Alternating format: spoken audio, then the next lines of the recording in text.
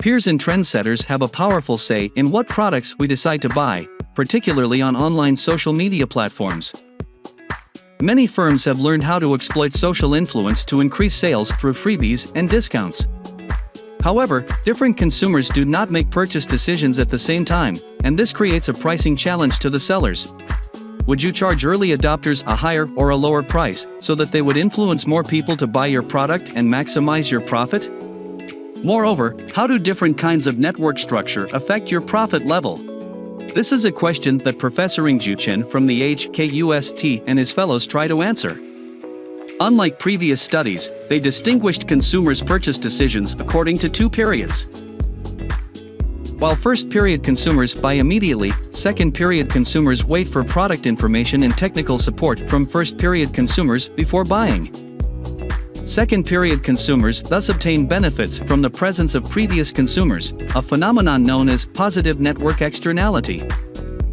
The threshold of this network externality effect can be calculated according to the number of agents inside the network and the number of neighbors each agent is connected with.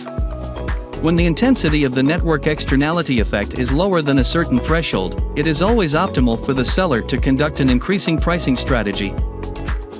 That means using a lower first-period price to attract early adopters and then charging a higher second-period price to obtain extra profit.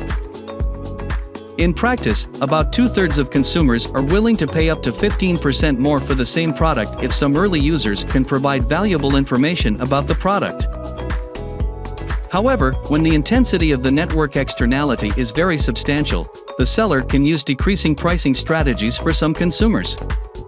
Network structure also matters.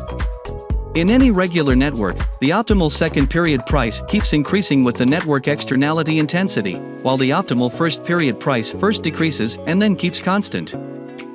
In star networks, if the early buyers can exert a very substantial influence on the remaining consumers, it will be optimal for the seller to give them free products and induce them to adopt the product early. The researchers found that when the network externality intensity was low, it was more effective to sell a product through numerous small interconnected community networks. However, when network externality intensity is high, a product should be sold through a few large networks of superstar fans.